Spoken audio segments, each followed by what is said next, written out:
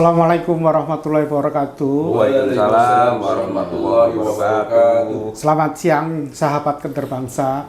Ketemu lagi kita di Bincang-Bincang bersama TV Kader Bangsa, yang satu TV yang mencoba menginisiasi dan mengedukasi masyarakat supaya menuju masyarakat yang berkeadilan dan sejahtera.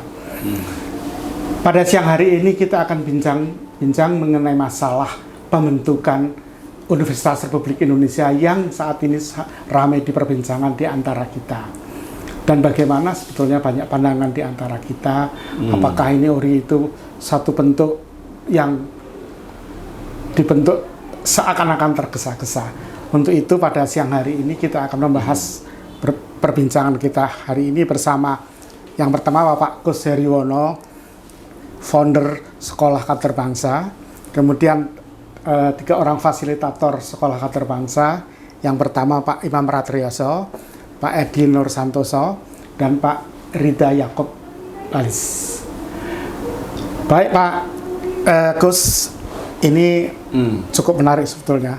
Dan ini banyak dibahas juga di banyak podcast ya. Dan yang paling keras tentunya Pak Prof. Hikmawanto dan Prof. Mahfud. Ya, ada 2 hal Pak. Prof. Mahfud itu mengatakan bahwa URI itu menyalahi aturan, dan yang kedua nomenklaturnya yang salah. Karena di dalam undang-undang itu nomenklaturnya harusnya rektor, tetapi disebutnya gubernur. Bagaimana sih sebetulnya pandangan Pak Agus terhadap rencana pemerintah untuk membentuk URI ini, dan keterkaitannya dengan pendidikan bangsa sesuai dengan Undang-Undang Dasar 45? Kalau saya belajar begini, niat kalau itu didasarkan pada niat baik, saya setuju. Bahwa itu ada intinya kan bagaimana pemerintah ingin membangun kader-kader yang militan, punya kekuatan yang kepemimpinan yang bagus gitu ya. Ini kalau niat baiknya yang betul ya. Tapi masalahnya di sini nih, bahwa itu kalau tadi Prof. Mahfud dari aspek hukum gitu ya, saya nggak jelaskan. Tapi saya melihatnya begini, yang ada di negeri ini kan universitas sudah banyak sekali, dan konon banyak juga mahasiswa yang bangkunya yang masih kosong-kosong gitu ya.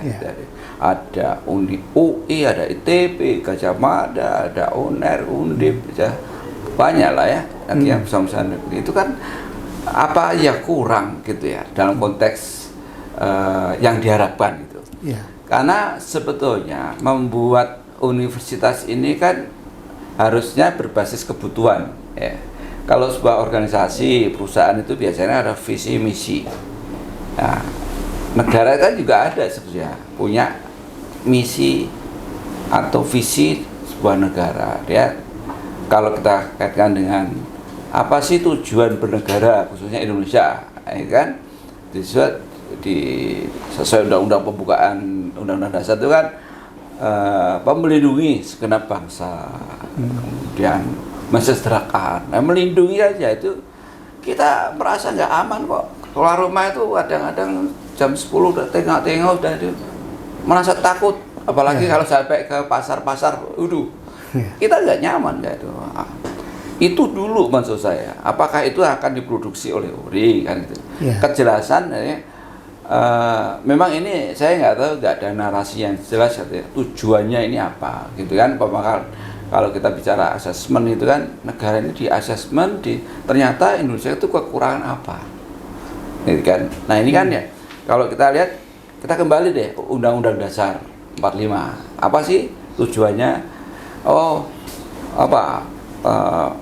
Memberikan kesejahteraan, keamanan, kemudian keamanan, kesejahteraan, dan ikut serta kita memberikan ketertiban dunia. Itu kita kalau sudah dia sudah makan kenyang, enak. Nah, wujud apa yang dilakukan pemerintah? Apa hanya sekedar URI? Nah, saya khawatir justru URI ini tidak dibutuhkan, tapi diada-adakan. Takutnya begitu. Karena di situ proyek yang gelap begitu, karena nggak terstruktur, banyak bukan komplit ya, yang banyak yang merasa ini nggak cocok, nggak pas gitu kan. Nah, ini kan warning lah buat kita semua. Tapi menurut saya kita harus menyadari bahwa negeri ini itu sebetulnya dibutuhkan orang-orang seperti apa, kan gitu. Nah, sekarang ini dalam era 10 tahun era Jokowi, kemudian era Prabowo ini kan satu pendidikan kelihatan sekali bahwa pembangunan bangsa ini tidak berdasarkan dari manusianya, ya kan? Coba untuk membuat orang damai itu kan hatinya dari manusia. Manusia nggak punya jiwa damai, gitu ya, maka bisa di situ kelihatan. Oh, ya kita wujudkan bagaimana caranya. Maka lebih bagus kalau menurut saya pemerintah ini lebih fokus kepada pembangunan karakter. Kayak nanti bagaimana pembangunan karakter nanti Mas Imam lah ya, gimana sebagai fasilitator gitu yang sudah banyak belajar di situ.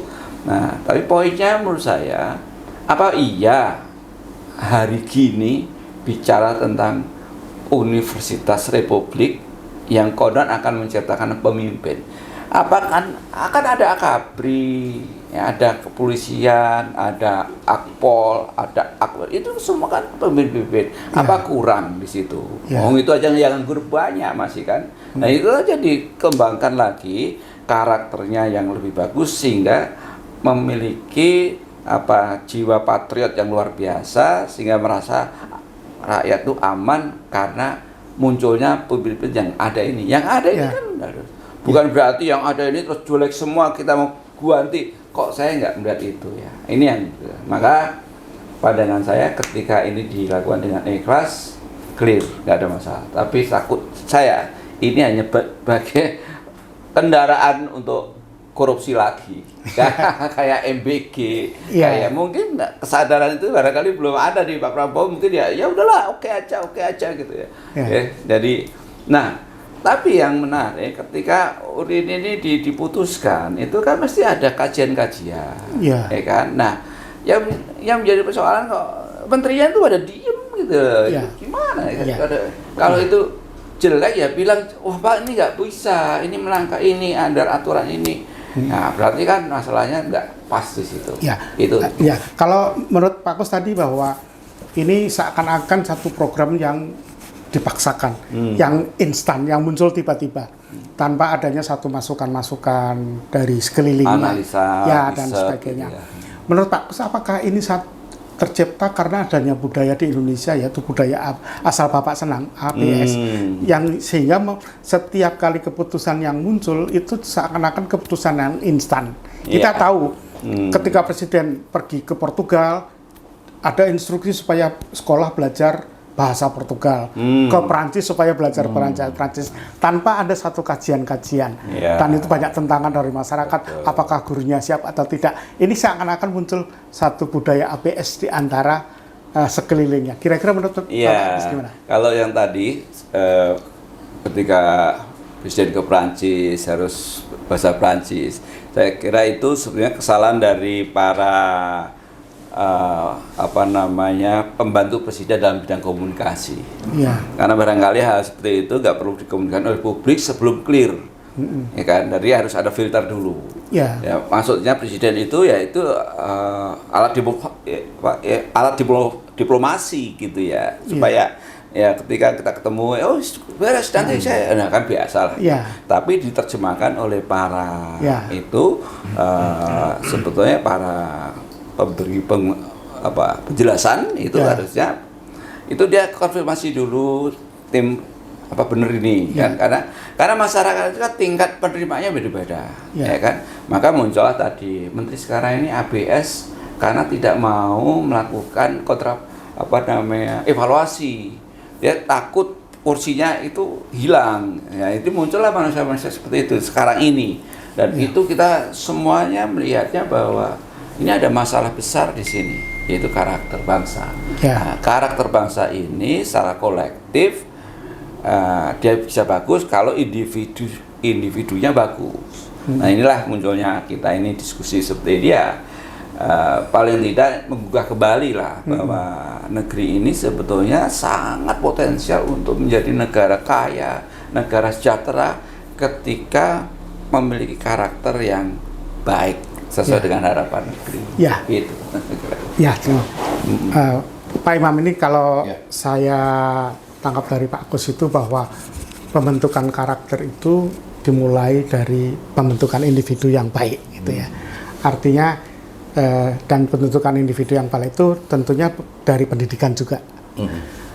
Nah, kalau bisa ditarik garis merahnya bahwa pendidikan yang baik itu bisa membentuk karakter bangsa yang baik juga. Nah, menurut Pak Imam, dipandang dari sudut psikologi ya, pendidikan yang ideal untuk pembentukan karakter itu seperti apa?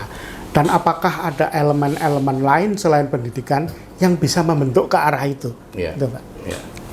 Baik, terima kasih Pak Koko. Tadi Pak Kus sudah menyampaikan, mengingatkan kembali ya kepada fundamen mendasar ya dari kebangsaan kita, yaitu kembali kepada Undang-Undang Dasar, kembali kepada preambul ya. Di sana ada redaksi mencerdaskan kehidupan bangsa. Ini kan mapping helikopter view yang sangat besar ya. Mencerdaskan kehidupan bangsa berarti kan totalitas 360 derajat semuanya ini dicerdaskan. Dicerdaskan kan berarti bermakna, kemudian berkepribadian, termasuk adalah berkarakter. Jadi karakter itu adalah bagian turunan atau bentuk yang paling pragmatis dari mencerdaskan kehidupan bangsa itu sendiri. Dan porsi terbesarnya memang pada ranah pendidikan. Kita paham bahwa di pendidikan ini mulai dari pendidikan anak-anak, pendidikan dasar, menengah sampai perguruan tinggi, itu selain tentu belajar tentang ilmu pengetahuan, belajar tentang teknologi, belajar bagaimana beradaptasi dengan kemajuan zaman, kemajuan digital, itu hal-hal yang teknis ya. Tapi sebenarnya yang substansial adalah pembentukan karakter itu sendiri, di mana output dan outcome dari karakter adalah tadi orang yang baik, orang yang jujur, orang yang patuh pada aturan, orang yang disiplin, orang yang berani, yang dimana nilai-nilainya oleh teman-teman kita ini Pak Edi dan Pak Rida sedang kembali direproduksi melalui pelatihan Roh SKB ini. Nah, dan itu bagaimana sekarang kita menilainya? Kita menilainya pada kehidupan bangsa kali ini oleh pemimpin kita di segala level, di pemerintahan, di eksekutif, di legislatif. Apakah pendidikan yang berkarakter itu sudah terwujud, sudah terimplementasi? Nah, rasa-rasanya hari ini sepertinya itu kurang. Berita-berita pendidikan itu tenggelam oleh hal-hal yang artifisial meskipun itu substansif. Misalnya apa? Gaji guru kurang misalnya, ya kan? Tidak ada biaya untuk menggaji guru misalnya kan. Guru di beberapa desa tidak bisa diangkat, di beberapa daerah itu kita masih membicarakan hal-hal yang artifisial, tapi kita tidak pernah membicarakan bagaimana anak-anak kita ini. Apakah mereka sudah jujur? Ya, ternyata tawuran masih banyak, ya kan? Ternyata banyak ternyatanya. Nah, itu bagian koreksi yang hari ini berita-berita itu atau diskursus itu tenggelam oleh berita-berita tadi gitu loh, sehingga kita tidak tahu apa yang sedang terjadi oleh teman-teman guru kita di lapangan ketika mereka menghadapi siswanya, ya kan? Kendala-kendala apa yang terjadi? Bagaimana dengan orang tua? Bagaimana dengan stakeholder yang lain gitu loh, Pak. Nah, kemudian menyambung pertanyaan Pak Kuku, apa elemen lain selain pendidikan? Nah, elemen lain selain pendidikan dalam konteks membangun karakter bangsa adalah semua elemen itu harus berfungsi. Karena pada hakikatnya karakter itu kan perilaku kita semua gitu loh. Jadi semuanya, jadi ibarat bola itu Pak Kuku, dia harus total football. Jadi semua orang berpikir tentang pendidikan. Teman-teman yang bekerja di hiburan misalnya, teman-teman yang bekerja di entertainment misalnya, jangan pernah berpikir untuk memisahkan karakter. Karena mereka membuat produk, membuat televisi, membuat drama, membuat film, harus punya misi karakter. Kan begitu. Ada pesan moral di sana.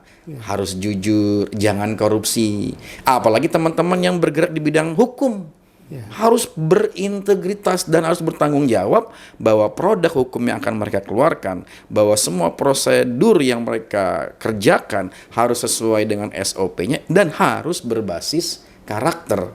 Ya sekarang kita lihatlah kasus-kasus yang mengemukakan Jampitsus segala macam itu ada nggak kandungan karakternya, kan begitu. Nah jadi elemen apa saja, iya semuanya harus terlibat, semuanya harus bertanggung jawab. Semua profesi di negeri ini, terutama mereka-mereka yang ASN lah, aparat hukum lah, polisi, ya, jaksa, hakim yang jelas-jelas dibiayai oleh negara, jelas-jelas dari pajak rakyat, itu punya kewajiban untuk menegakkan karakter di dalam apa yang mereka lakukan. Itulah pendidikan karakter yang sesungguhnya setelah kewajiban utamanya dikerjakan oleh teman-teman di bidang pendidikan, mulai dari pendidikan TK, SD, menengah, SMA sampai ke perguruan tinggi sampai ke guru besar dan profesor. Ya. Gitu Pak Gogo. Terima kasih. Ya, sahabat kader bangsa, sebelum kita melanjutkan mengenai pembicaraan bagaimana keterkaitan pendidikan dalam pembentukan karakter, mungkin sahabat kader bangsa bisa mensubscribe dan komen di channel kami TV Kader Bangsa, dan juga melontarkan ide-ide ataupun usulan kira-kira bahasan apa yang perlu kita dalami bersama. Baik, Pak Rida, kalau tadi sampaikan oleh Pak Imam bahwa pendidikan terutama di Indonesia ini belum total dilakukan satu istilahnya memasyarakatkannya demikian masif ya, masih dalam bentuk artifisial, dan sehingga ini kadang-kadang jadi hambatan dalam pembentukan karakter. Jadi, nah menurut pandangan Pak Rida, kira-kira pendidikan seperti apakah yang bisa membentuk ke arah itu gitu ya? Selain tadi Pak Imam katakan, bagaimanapun juga kolaborasi dengan elemen-elemen lain itu perlu. Tetapi inti pokok dari pendidikannya sendiri itu ada di mana, Pak? Ya. Baik, terima kasih Pak Koko. Pendidikan itu satu berkesinambungan. Ya. Ya. Yang kedua, kita melihat secara menyeluruh. Artinya, mungkin kita ingat ya, dari kecil kita sudah diberikan pendidikan oleh keluarga kita, melalui bapak ibu kita, melalui agama kita diberikan pendidikan. Kemudian menyeluruh masuk ke dalam sekolah, masuk ke SMP, SMA, dan seterusnya. Mungkin sampai usia kita sekarang kita masih banyak yang harus dipelajari, tidak lepas. Kemudian yang kedua, yang tadi saya bilang berkesinambungan, artinya jangan putus, ganti, putus, ganti, putus. Artinya sistemnya berubah-berubah, ya, mungkin berubah dalam pengertian semesternya, tambah, kurang, segala macam, ikut sama yang di luar negeri, ya. Jadi tidak ada, wah kok saya nambah setengah tahun, dulu saya kenal, yang itu enggak, nah, misalnya, ya, itu kan biaya. Ya, jadi kita melihat dua hal yang penting. Nah, sekarang kita lihat dalam konteks sekarang, orang tua kita memberikan pendidikan sekarang karena dia bilang ini, saya kerja, istrinya kerja, saya kasih anaknya kepada pengasuh rumah tangga untuk memberikan pendidikan. Kira-kira pendidikan yang diberikan oleh pembantu rumah tangga kita sesuai dengan keinginan kita nggak? Ya, satu itu kan. Kalau pembantu rumah tangga merasa bahwa ini anak majikan, pasti dia lebih tinggi. Saya akan memberikan pendidikan paling menjaga, tapi tidak memberikan pendidikan. Beda dengan saya, kalau saya punya anak, ini anak saya ingin memberikan pendidikan yang baik supaya dia kenal mana yang baik, mana yang tidak. Pastinya itu. Oke. Nah, sekarang kita pindah. Waktu kita mungkin masih ingat ya, waktu kita masih kecil. Bapak saya militer. Bikin salah, dimarahinnya benar-benar. Ya. Kadang juga misalnya bisa dipukul tangan segala macam. Nah, itu pertama. Kemudian di situ kita belajar, oh ini boleh, ini nggak boleh. Nah, masuk ke dalam konteks sekolah. Dulu sekolah saya waktu zaman-zaman telat dikit dicubit. Ya. Dipukul tangannya kalau nggak bawa buku. Dalam konteks ini sebenarnya kita diingatkan bahwa ini boleh, ini nggak boleh. Ya. Sekarang kita tadi yang saya bilang berkesinambungan. Balik ke tahun sekarang. Murid dipukul, dia lapor ke orang tuanya. Pak, tadi saya dipukul sama guru. Yang turun orang tuanya. Gurunya digeruduk. Ya. Sekarang guru kan takut untuk menghukum. Ya. Menghukum, kenapa? Bukan fisik ya. Mukul juga nggak keras-keras banget. Cuman di situ kita merasa bahwa oh salah. Atau misalnya disuruh duduk berdiri di depan, nggak bikin PR, atau nulis sekian banyak di papan tulis. Itu kan sebenarnya membuat kita untuk menjadi merenung. Oh ini gue salah nulis, kan dilihatin sama teman-teman yang lain dan malu sebenarnya.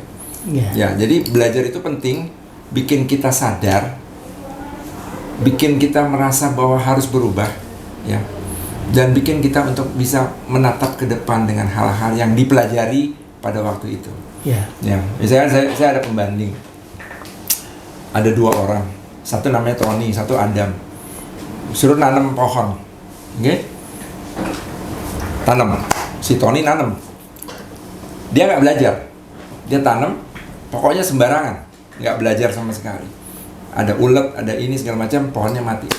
Si Adam, dia tanam, dia nggak hanya sekedar nanam, dia baca cara nanam yang baik gimana. Dia tanya sama si petani-petani yang pinter-pinter, oh harus begini-begini. Mana yang kira-kira pohonnya tumbuh yang paling bagus? Tentu si Adam. Kenapa? Dia belajar. Oke, yang satu enggak. Jadi tadi Pak Iman udah katakan untuk ke depan segala macam, belajar itu penting. Emang harus sesuatu. Pertanyaannya di mana karakter? Ya. Ya. Kalau saya belajar bagus pohonnya, apakah membuat saya lebih baik dari si Tony? Belum tentu. Ya. Bisa jadi saya curang. Tanahnya saya bilang, oh tanahnya tanah orang, saya pakai aja. Atau pupuknya saya tilep. Bisa jadi. Nah, jadi sebenarnya dua pohon ini tumbuh karena karakter. Ya. Karakter baik, ya insya Allah ke depannya baik. Ya. Ya, jadi untuk menuju ke depan, tadi yang Pak Iman bilang, selain pembelajaran, karakter, ya belajar tadi macam-macam, ada akhlaknya, ada pengetahuan ya tadi ya kalau nggak salah ya, kemudian ada skillnya segala macam, itu semua belajar. Tapi pondasi yang paling basic adalah belajar dari awal kita lahir sampai sekarang tidak berhenti, yaitu adalah namanya karakter. Oh iya. Kalau kita lihat kondisi tadi menurut Pak Rita itu sistem pendidikan itu perlu, Pak. Perlu. Ya. Tapi kalau kita melihat kondisi di Indonesia itu kan setiap ganti pimpinan ganti sistem. Nah, ini menurut pandangan Pak Rida ini bisa berpengaruh ke karakter atau tidak? Sebenarnya waktu masa saya aja gitu kan, weh, saya kan tuh nambah setengah tahun. Ya. Kita emang nggak sadar gitu ya. Dan kadang-kadang kita, wah setengah tahun kan nambah uang. Ya. Ya. Kita nggak tahu orang tua kita bisa bayar apa enggak. Kalau zaman kita kan udah satu adalah nambah uang, yang kedua nambah waktu. Loh, usia saya nanti pada sekitar tahun sekian dibandingkan sama yang mungkin setahun sebelumnya, oh bisa sama tuh, lulusnya sama gitu kan. Ya. Nah, walaupun saya juga waktu itu belum tahu apakah ini baik atau buruk, tapi dari segi waktu dan dari segi, wah bapak saya kok jadi ngeluarin uang lebih nih nanti, ya kan?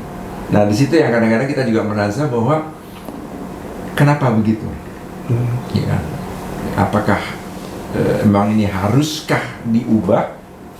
Ataukah ada sesuatu di baliknya yang nggak tahu di situ. Ya. Nah itu yang kadang-kadang kita juga merasa mirisnya di situ. Kok kenapa diubah?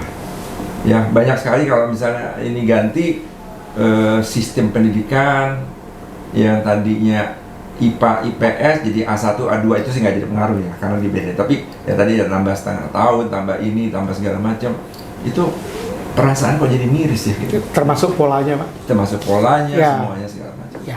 Jadi saya ingin sedikit mendapat tanggapan dari Pak Edi selaku fasilitator di Sekolah Kader Bangsa ya. Seperti pokok bahasan kita di awal itu kan mengenai budaya asal Bapak Senang. ABS, ya. Asal Bapak Senang itu kan bisa mendisrupsi karakter bangsa dan juga bisa menimbulkan satu dan sekarang kok kayaknya sudah mengakar dalam kehidupan kita ya. Bahkan ada satu penelitian bahwa tahun 2022 ini yang dilakukan oleh saya kurang tahu itu bahwa 65% masyarakat Indonesia itu masih menganut budaya asal Bapak Senang ya. Nah, Sekolah Kader Bangsa sekarang kan punya buku panduan mengenai written on karakter yang mencoba diinisiasi dan diedukasi kepada masyarakat luas. Nah, kira-kira bagaimana keterkaitan antara written on karakter itu kan punya 4 value dan 1 kompetensi ya. Bagaimana keterkaitan 4 value dan 1 kompetensi ini dengan supaya mengikis budaya asal Bapak Senang itu paling tidak mengurangi lah, supaya budaya Bapak Senang ini bisa tidak menjadi ya satu yang dominan dalam kehidupan masyarakat. Oke, terima kasih Pak Koko pertanyaannya. Sobat Kader Bangsa, bahasanya memang menarik dan kelihatannya ya kok dari dulu sampai sekarang isu itu kita selalu bicarakan, nggak ada selesai-selesainya gitu ya. Nah, kita mau coba berangkat dari pemahaman sederhana aja. Kalau kita ngomongin apa sih itu ABS, asal Bapak Senang gitu ya. Kalau kita perhatikan itu yang merupakan perilaku atau budaya kerja lah ya dari seseorang yang biasanya itu lebih mengutamakan untuk menyenangkan atasan, sehingga dia mengabaikan yang namanya fakta. Sama yang kedua biasanya itu tentang kondisi yang sebenarnya. Jadi ditutup-tutupi gitu. Nah, kondisi yang sebenarnya itu kan kalau di dalam dunia bisnis menurut saya itu adalah actual condition. Jadi kita punya visi, kita punya target, kita punya KPI itu selalu nggak diabaikan selalu terkorelasi dengan actual condition tuh. Nah, pertanyaannya kalau fakta sama actual condition atau kondisi yang sebenarnya itu diabaikan, maka akan berdampak besar kepada keputusan yang diambil. Nah, itu. Nah, pertanyaannya gini. Tadi Mas Koko cukup menarik ya, risetnya gitu ya. Hampir 60% itu 65% ya. Iya. Kalau nggak salah BPS BPS ya. Mereka kecenderung berperilaku ABS gitu ya. Ya, tahun 2022. Pertanyaannya, apakah di negara lain ada ya ABS? Iya. Nah, ternyata gini, Sobat Kader Bangsa.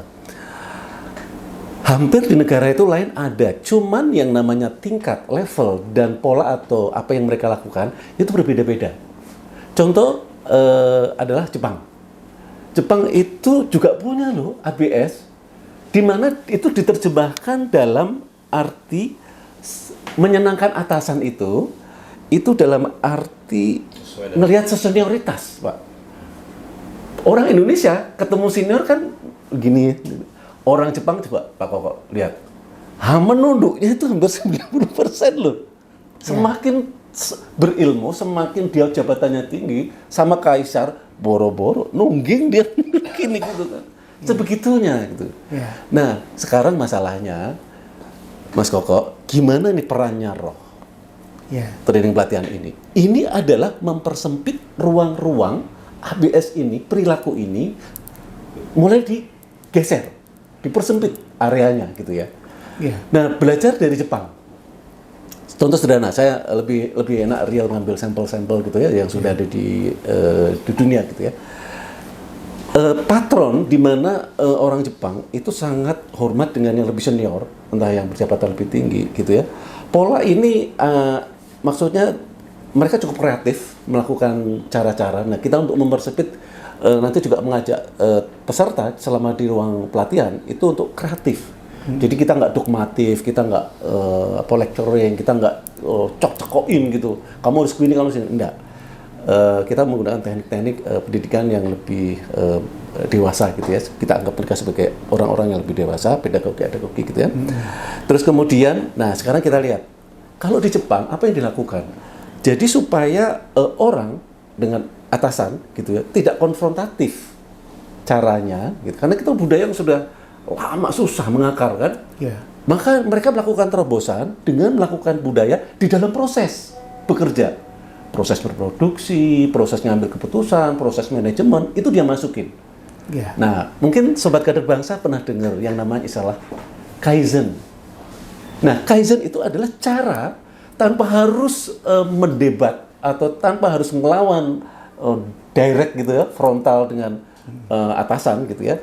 Mereka mengajukan ide-ide dengan Kaizen. Kaizen itu perubahan-perubahan kecil, tapi tiap hari, tiap menit, tiap waktu. Bayangin, itu dilakukan dalam proses. Itu dalam manajemen. Itu di dalam operasional. Apa yang terjadi? Akhirnya lambat laun kebentuk ke dalam semua sistem. Nah, apa yang terjadi? Bahkan mereka melakukan banyak beberapa penerapan yang dilakukan. Nggak cuma Kaizen. Mereka sangat kenal dengan continuous improvement, ya kan? Kemudian mereka kenal dengan yang namanya root cause analysis, gitu ya. PDCA cycle itu siapa sih yang kita nggak nerapin? Itu barang sederhana yang dilakukan untuk tadi itu mengikis atau mempersempit ruang-ruang ABS. Nah, nanti kita tentu di kelas dengan cara-cara yang lebih kreatif gitu ya. Tentu kita akan mengajak satu case-case tadi. Kalau misalnya in-house, maka kita akan lebih homogen. Artinya mereka bisa sepakat ya, case apa sih yang menurut Anda terkait dengan ABS ini yang kita mau coba tadi tuh persempit ruangnya. Sehingga nanti kita akan ajak secara kreatif cara-cara apa lagi ya di organisasi, entah mungkin di kantor Pemda atau di perusahaan swasta, atau itu yang bikin kita kreatif untuk mencapai itu. Itu Mas. Ya, makasih. Jadi di roh itu, return on karakter itu mencoba mengurangi, mengeliminasi lah ya, supaya ABS ada, tetapi dalam arti ABS yang positif ya. Iya. Tapi kalau di Indonesia kan sekarang kecenderungannya ABS dalam tanda kutip negatif karena untuk menyenangkan ya. Ya. Ini Pak Imam, ini kalau menarik sekali apa yang disampaikan oleh Pak Edi ya, bahwa Sekolah Kader Bangsa dengan buku panduannya Return on Karakter mencoba mengeliminasi budaya-budaya yang secara tidak langsung itu mendisrupsi karakter kita. Nah, menurut pandangan Pak Imam secara psikologi, ini budaya ABS di Indonesia yang sudah demikian mengakar, ini kira-kira tanggapannya supaya bisa tereliminasi sedikit demi sedikit. Saya kira kalau sudah nyaman untuk dihilangkan secara total agak susah. Kira-kira bagaimana? Ya, tadi kan sudah disampaikan oleh Pak Edi ya tentang perbedaan ABS di Jepang dengan ABS di kita gitu kan. Jadi basisnya itu nilai integritasnya, nilai kejujurannya. Kalau di Jepang itu kan senioritas sama bawahan itu kan hanya dalam tata nilai kesopanannya, tapi dalam pekerjaannya dua pihak ini, atasan sama bawahan ini, menjunjung tinggi profesionalisme, menjunjung tinggi kebenaran di dalam proses kerja, sehingga yang bawah ini ingin betul-betul menyenangkan atasan dengan kerja yang benar gitu loh. Nah, kalau di kita kan tidak nih, ABS kita ini, yang bawahnya kurang tepat, yang atasnya juga kurang tepat, yang bawahnya memberikan berita-berita yang seolah-olah baik dengan menutupi yang buruk.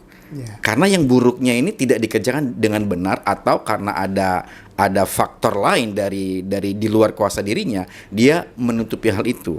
Nah, yang atasan ini tidak mau cross check gitu loh, ditelan bulat-bulat, atau bahkan memang itu yang diharapkan. Beri saya berita yang baik-baik saja, karena kalau diberikan berita yang buruk dia akan marah. Nah, secara psikologis bawahan itu ya, daripada dimarahin seolah-olah kerja saya nggak benar, seolah-olah saya nggak bisa diberikan amanah, saya berikan saja berita-berita yang baik-baik saja, dan itu kayaknya diterima walaupun itu manipulatif. Jadi seolah-olah lebih baik engkau berbohong asal itu menyenangkan saya. Nah, kan padahal ajarannya adalah kulil haqqa walau kana murran, katakanlah yang benar walaupun itu pahit gitu loh. Nah, kita ini tidak siap untuk menerima yang pahit-pahit itu. Karena sudah terbiasa dengan yang manis-manis walaupun itu manipulatif gitu loh. Jadi yang ingin kita rubah melalui roh ini adalah ayo semuanya berpegang kepada integritas, kepada kejujuran. Kalau semua berpegang kepada kejujuran, yang pahit-pahit tadi bisa kita benahi menjadi sebuah hal yang manis, tapi manisnya yang nyata, yang benar. Kira-kira gitu oleh yang ditawarkan oleh roh. Iya. Jadi teman-teman, kenapa sih orang melakukan ABS? Tadi nambahin dari Pak Mas Imam gitu ya. Jadi gini, memang banyak alasan orang melakukan itu. Hanya untuk cepat promosi, kemudian takut di PHK atau dipindah kemana-mana gitu ya. Tapi menurut saya yang agak unik itu observasi saya ya, itu memang takut kepada kekuasaan. Yang saya beberapa sesi lalu kita takut kehilangan jabatan dan takut kepada kekuasaan. Ya. Jadi kalau sudah jadi posisi kita sebagai bawahan itu udah minder jachten gitu loh. Minder jarah gitu berdasarkan dari Belandanya gitu ya. Jadi udah kalau udah lihat orang berpangkat gitu. Karena memang mindset feodal itu udah terpatri di setiap orang. Kalau orang punya jabatan, punya tangkat, punya harta, pokoknya dari mana dia dapat nggak peduli. Dia cuma hormat aja, gua respect, tunduk gitu. Padahal proses mendapatkannya itu yang harus perhatikan. Jadi ini bicara tentang hierarki. Atau kalau ada salah satu buku, mungkin Sobat Kader Bangsa pernah baca ya, kaitannya dengan power distance. Jadi power distance itu kan gini, hierarki itu sengaja dibikin berjarak supaya semakin gue powerful, lu nggak berani gitu kan. Nah sementara di era modern, style gaya kepemimpinan kita, distance itu diperpendek. Jadi itu yang terjadi. Nah sekarang kita lihat fakta yang terjadi. Menurut saya ini insight yang perlu dipertimbangkan. Pertanyaannya, kaitannya dengan kuasa. Kuasa itu diwakili oleh lambang-lambang. Kalau saya TNI, saya jenderal, saya terbang, boleh karena jalur komando. Kalau itu polisi, militer, boleh. Aparat apa misalnya kebakaran, boleh. Damkar itu kecepatan komando itu harus jelas. Kalau enggak, seberapa cepat dia harus menyerang misalnya mengalahkan api, mengalahkan musuh gitu ya. Yang jadi pertanyaan, bagaimana dengan ASN? Justru ini ada istilah, balik lagi ke feodalisme. Menurut saya pemerintahan itu statement yang menurut saya feodal pemerintah. Harusnya diganti. Tidak ada itu dunia lain, di negara-negara lain pakai. Jadi mereka selalu menerjemahkan public servant. Pelayan publik. Jadi kalau gua bupati, lu pelayan publik. Kalau saya ngomong lebih kasar lagi, lu tuh dibayar sama pajak. Kesadaran di Amerika. Sekarang kita lihat, wali kota New York ya, itu bangkian, saya bilang gini, agak sedikit nyimpang gitu ya, supaya teman-teman kader bangsa lebih terbangkitkan. Jadi ada hadis menurut saya, bukan di Al-Quran. Suatu bangsa itu kalau dapat pemimpin buruk atau zolim, itu karena masyarakatnya atau rakyatnya itu zolim. Jadi itu kompatibel katanya. Nah pertanyaannya, dunia parah tentang kejahatan financial, kejahatan Amazon kan gede banget Pak. Siapa pengusaha bisnis oligarki di kita yang segede gitu? Semua Morgan di sana, lembaga keuangan, bisnis itu ada di New York gitu ya. Sama cara berpikirnya. Tapi apa yang dilakukan? Masyarakatnya itu benar-benar tidak zolim. Maksudnya dia dengarkan konsep-konsep berpikir, dia mau berubah. Nah, contoh sederhana, coba. Sekarang masih hangat. Aplikasi yang dibuat Amazon itu dibuat imbang. Kan kita ada dengan persyaratan umum di dalam kita kalau kita join di aplikasi gitu kan. Pokoknya sudah klik nggak bisa keluar. Sudah uang masuk nggak bisa keluar, gitu kita nggak bisa keluar kan. Apa yang terjadi dengan Telkom? Hampir sama. Nah, kesadaran ini mulai muncul di New York masyarakatnya. Nah, seperti itu. Sekarang apa yang terjadi? Mereka komisarisnya atau mereka kan ada komite-komite di dalam wali kotanya gitu ya yang bekerja. Itu sudah mulai memasukkan itu ke dalam Senat dalam aturan. Maksudnya undang-undang kewilayahan di New York bahwa kalau mereka udah bisa masuk di aplikasi, maka kalau dia mau keluar ya semudah itu. Sekarang itu bisa masuk nggak bisa keluar. Itu yang terjadi setiap orang membuat aplikasi. Teman-teman, spirit ketuhanan, spirit balance, equal itu turut terjaga di sana. Nah, pertanyaan mungkin satu lagi sedikit. Saya kasih analogi cerita gini. Teman-teman terkait dengan ABS, itu ibaratnya seperti ini sih bahayanya ya. Kalau tadi 65% terus nambah-nambah, kita masih punya generasi Z, generasi Alpha yang nanti akan menjadi penghuni berikutnya gitu, menjadi 80-90. Alangkah bahayanya Indonesia. Jadi saya coba analogikan gitu buat sahabat kader bangsa, itu seperti alat pemadam kebakaran yang dipasang di gedung-gedung. Ada sprinkler kan? Ya. Nah, sprinkler itu apa sih? Itu mendeteksi asap. Jadi kalau ada api, ada asap, dia langsung bunyi kan, ding, ding, ding, ding, ding, gitu. Ya. Nah, pertanyaannya, kalau ABS itu berarti kita matikan itu. Supaya apa? Supaya atasan seneng. Apa yang terjadi? Semuanya kita tutupin. Apa yang terjadi? Asap nggak kedetek, tiba-tiba ada api, apa besar. Nah, seperti itu. Kita nggak mau Indonesia, perusahaan kita separah itu. Jadi ini semoga menjadi inspirasi cara berpikir teman-teman untuk berubah menjadi kita lebih berani, lebih jujur, peduli, gitu ya, dan disiplin. Terima kasih. Terima kasih, Pak Edi. Mungkin ini pertanyaan yang mungkin bincang-bincang kita yang terakhir, Pak Kus ya. Saya pernah membaca itu Pak Kus pernah menjadi calon legislatif DPR ya. Waktu itu kalau nggak salah Dapil Jawa Tengah. Dapil Jawa Tengah 2009 tuh. Ini juga pernah juga. Saya lebih baru. Nah, seperti apa yang disampaikan Pak Edi tadi, kan kita sekarang mendeteksi adanya satu budaya ABS yang demikian masif di bawah, kalau menurut penelitian itu 65% ya. Dan semoga diharapkan tidak nambah lagi. Nah, kan tentunya ada lembaga, dalam hal ini partai politik, yang mempunyai kekuasaan untuk turut mengubah perilaku sehingga pembentukan karakter ABS ini bisa menjadi berkurang, bahkan kalau bisa tereliminasi. Kalaupun ABS itu adalah ABS yang positif. Nah, bagaimana pandangan Pak Kus? Iya, ini tidak hanya sekedar ABS ya, tapi saya lebih ke makro ya. Tentang tadi kan kita kembali ke masalah utama adalah URI tadi kan. Kenapa dibentuknya itu? Jadi yang saya nggak tahu bahwa masyarakat juga ini harus paham ya bahwa partai politik itu punya kewajiban bahwa kadernya itu adalah menjadi kader-kader pemimpin negara, pemimpin bangsa. Artinya apa? Uang yang sudah digelontorkan rakyat ini untuk kepentingan partai melalui DPR, melalui itu sudah terlalu banyak.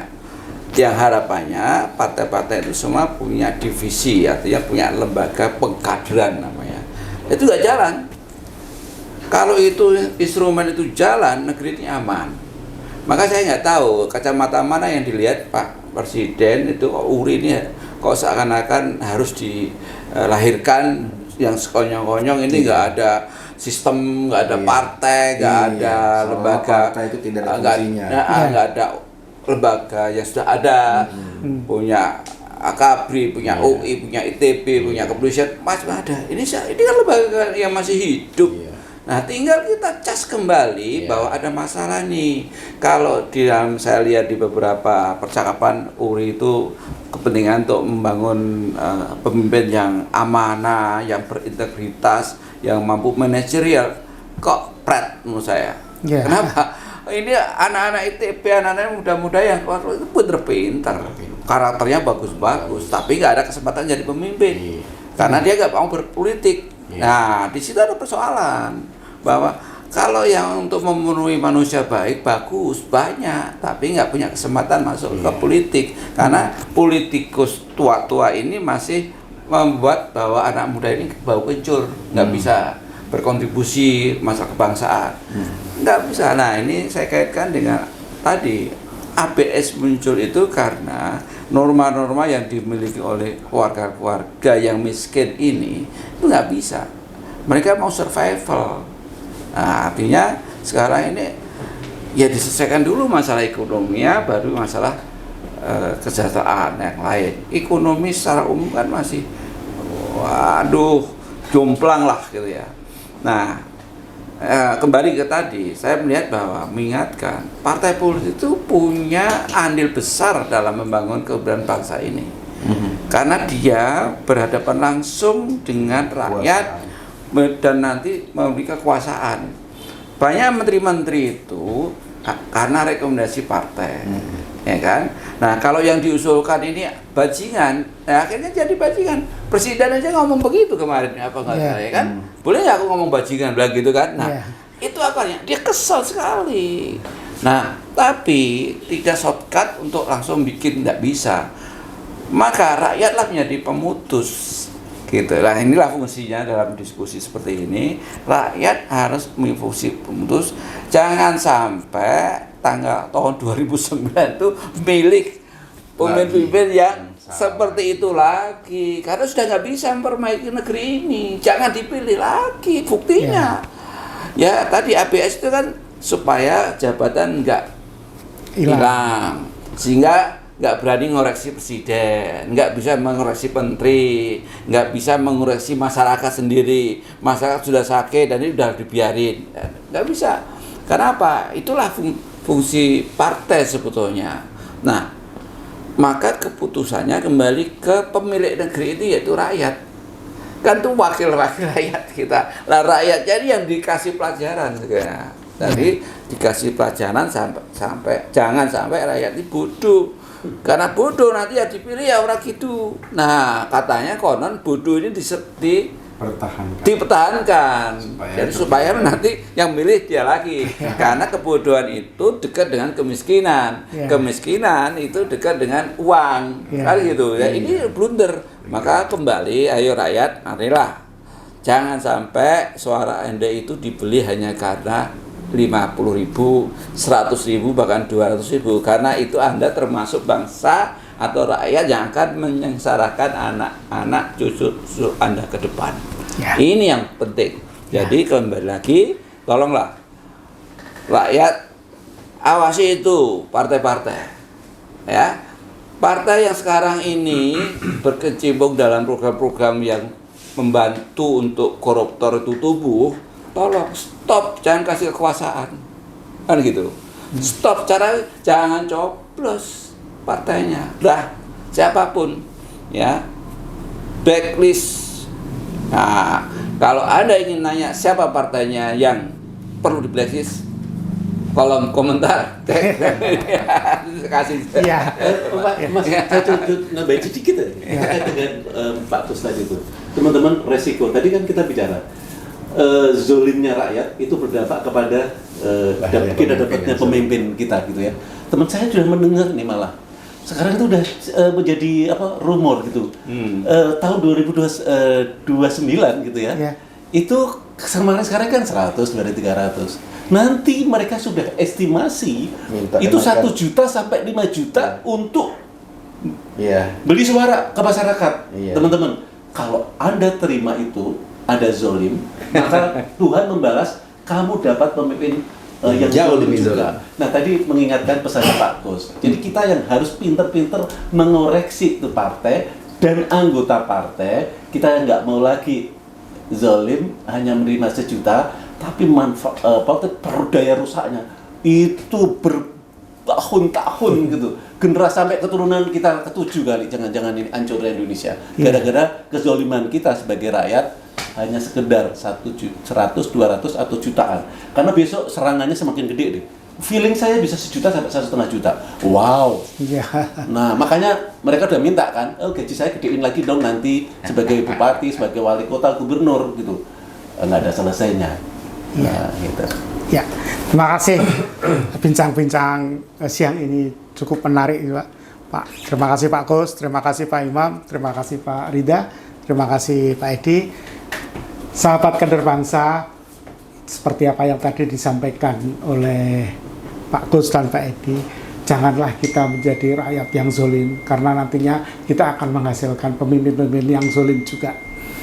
Nah, Untuk dapat info-info lebih lanjut mengenai topik-topik apa yang menarik, subscribe dan komen TV Kader Bangsa, satu channel yang menginisiasi dan mengedukasi masyarakat menuju keadilan dan kesejahteraan.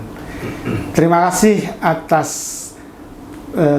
perhatiannya dan semoga kita jumpa lagi di bincang-bincang kita selanjutnya. Wassalamualaikum warahmatullahi wabarakatuh. Waalaikumsalam Waalaikumsalam warahmatullahi wabarakatuh.